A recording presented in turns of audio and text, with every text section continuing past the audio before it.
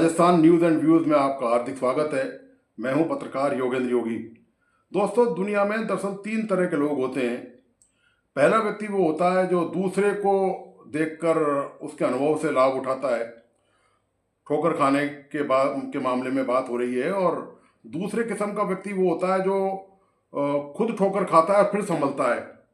लेकिन तीसरा एक व्यक्ति ऐसा होता है जो ना पहले से सीखता है ना दूसरे से सीखता है, और वो ठोकर खाता रहता है लेकिन कभी सीखता नहीं है। तो कांग्रेस की भी लगभग यही हालत हो चुकी है कि कांग्रेस अपनी जो पुरानी गलतियां हैं, पुराने जो कुकर्म मैं कहूँगा उनको, पुराने जो कांग्रेस ने पाप किए, कांग्रेस उनसे जो भयानक भारी भूलें कांग्रेस ने किए, गलत निर्णय कांग्रेस ने किए, उनसे कांग्रेस कभी सबक नहीं सीखती है।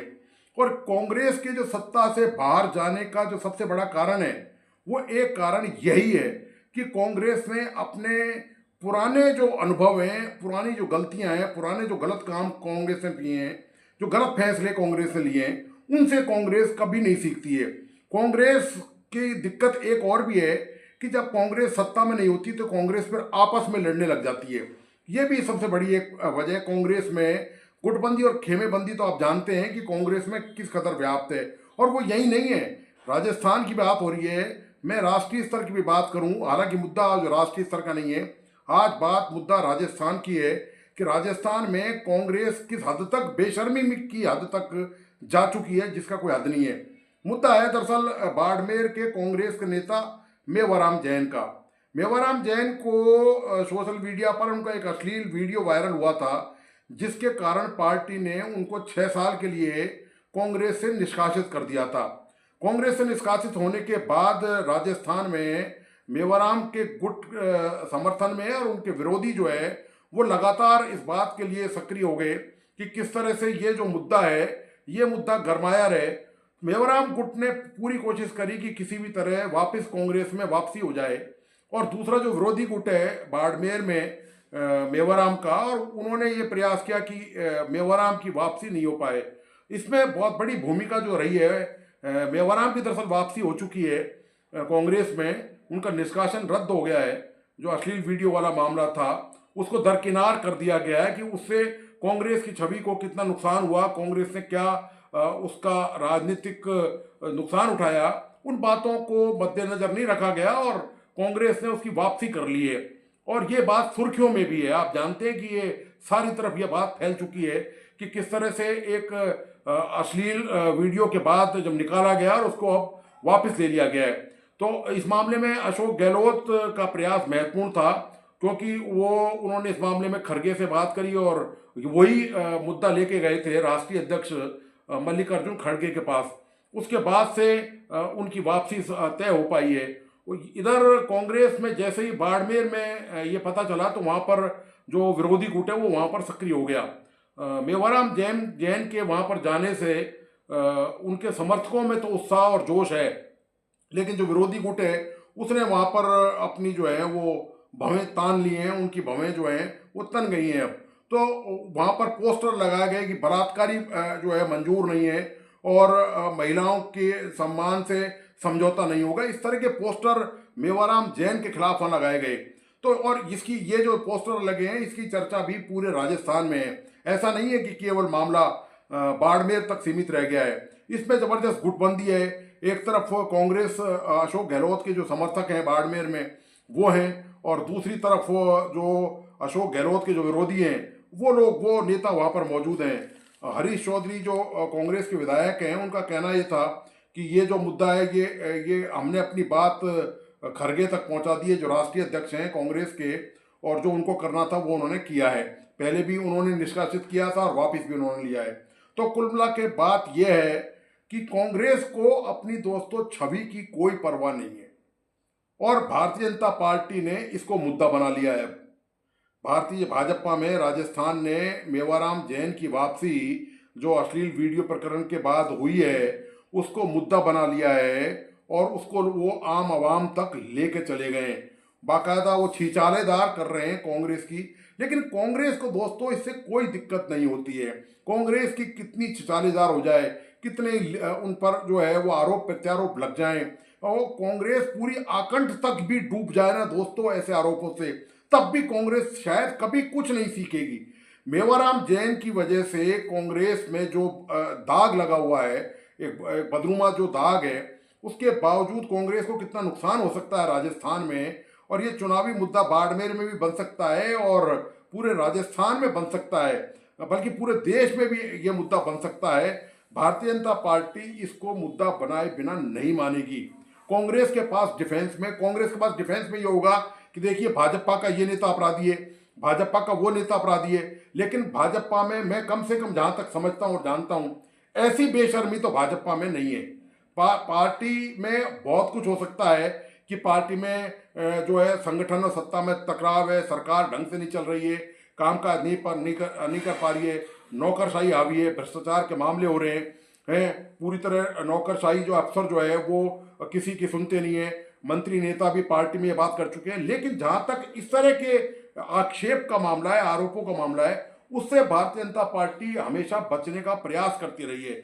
ये भारतीय जनता पार्टी ने कम से कम इस मामले में तो आप ये समझिए कि एक भलाई का ही काम किया है, और पार्टी ने अपनी छवि को थोड़ा बहुत बचाए रखने के लिए ये एक ठीक प्रयास किया है कि भारतीय जनता पार्टी में इस तरह का यदि प्रकरण भाजपा में हो जाता तो निश्चित तौर पर ऐसे नेता की वापसी घर में संभव नहीं होती।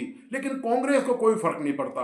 अब आप देखिए विडंबना क्या है, एक तरफ कांग्रेस पूरे देश में राहुल गांधी जो कांग्रेस के वरिष्ठ नेता हैं, पूर्व अध्यक्ष हैं, गांधी फैमिली से हैं, एक तरफ तो वो पूरे देश में संविधान बचाओ यात्रा निकालते हैं, वोट अधिकार यात्रा निकालते हैं, और उनकी पार्टी में आप देखिए उनके राष्ट्रीय अध्यक्ष की सहमति से क्या हुआ है। एक अश्लील वीडियो कांड के जो वरिष्ठ नेता हैं, आरोपी हैं, उनको वापस ले लिया गया। क्या कांग्रेस में केवल ऐसे ही लोग बचे हुए हैं? क्या कांग्रेस को अपने ऊपर भरोसा नहीं रह गया है? क्या कांग्रेस केवल इन्हीं नेताओं के बलबूते पर अब तक सत्ता में आती रही है? क्या छोटे, आप एक बात आइए कि कांग्रेस में अब तक, कांग्रेस का आप इतिहास उठा के देखें, कितने दर्जनों नेता, सैकड़ों नेता, कार्यकर्ता, छोटे मोटे नेता देश भर में कांग्रेस को छोड़ छोड़ के चले गए। लेकिन कांग्रेस दोस्तों आज भी खड़ी हुई है, कांग्रेस गिरी नहीं है। हालांकि कांग्रेस जगह जगह से कमजोर हो गई है, और इस कमजोरी के लिए जिम्मेदार कांग्रेस है। सही वक्त पर कांग्रेस ने कभी भी सही निर्णय नहीं किया, और हमेशा कांग्रेस गलत निर्णय करती रही है, और वही एक गलत निर्णय की पुनरावृत्ति वापिस राजस्थान में भी फिर की गई है। ये कांग्रेस के हित में दोस्तों बिल्कुल नहीं है।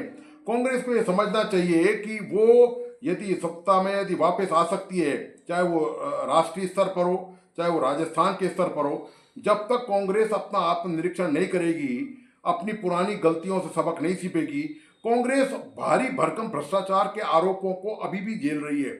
आप ये देखिए कि कांग्रेस के नेता जो हैं, कोई जेल में है राजस्थान में, महेश जोशी की मैं बात कर रहा हूँ, किन्हीं पर आरोप लग रहे हैं, किसी के खिलाफ चार्जशीट फाइल हो रही है। ये राजस्थान में नहीं है, बल्कि कई प्रदेशों में, और यहाँ तक कि गांधी परिवार में भी यही हालत है। रॉबर्ट वाड्रा हो या सोनिया गांधी हो या राहुल गांधी हो, इन सब पर आरोप लगे हुए हैं। ये आरोपों की धुलाई नहीं करते, ये कोर्ट में जाकर ये साबित करने की कोशिश नहीं करते कि ये गलत आरोप है, ये भारतीय जनता पार्टी ने लगाए, फैब्रिकेटेड है। ये नहीं करेंगे। ये क्या करेंगे? उल्टी बात करेंगे कि कांग्रेस, ये भारतीय जनता पार्टी जो है वो उनसे दुश्मनी निकाल रही है, वो राजनीतिक वैमनस्य जो है उसकी भावना से उन पर ये मामले चले हैं। लेकिन अदालत से फ्री नहीं हुए अभी। ऐसे किसी भी मामले में कांग्रेस को कहीं कोई क्लीन चिट नहीं मिली। मतलब कांग्रेस की हालत इतनी खराब हो चुकी है दोस्तों कि कांग्रेस को तो अब केवल भगवान ही कोई सद्बुद्धि दे सकता है। बाकी लगता नहीं है कि कांग्रेस अपनी कोई पुरानी गलतियों से, पुराने गलत निर्णयों से, गलत आचरण से, गलत तौर तरीकों से, गलत नीतियों से कोई सबक सीखेगी।